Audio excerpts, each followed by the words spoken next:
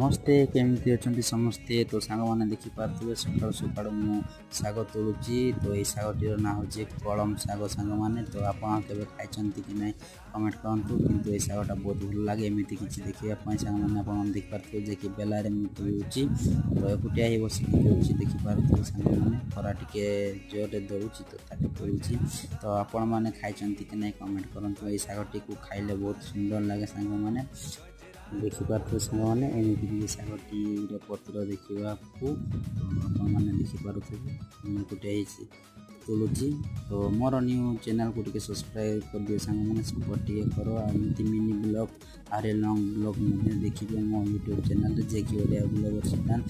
ତ ଦେଖିପାରୁଥିବେ ମୁଁ ଶାଢ଼ୀରେ ତ ସାଙ୍ଗମାନେ ଦେଖିପାରୁଥିବେ ମୁଁ ଶାଗଟି ତୋଳୁଛି। ହେଇଛି ଶାଗଟି ତ ସୁନ୍ଦର ଭାବରେ ଦେଖାଯାଉଛି ତାର ପତ୍ର ଗୁଡ଼ିକି ଏମିତି କିଛି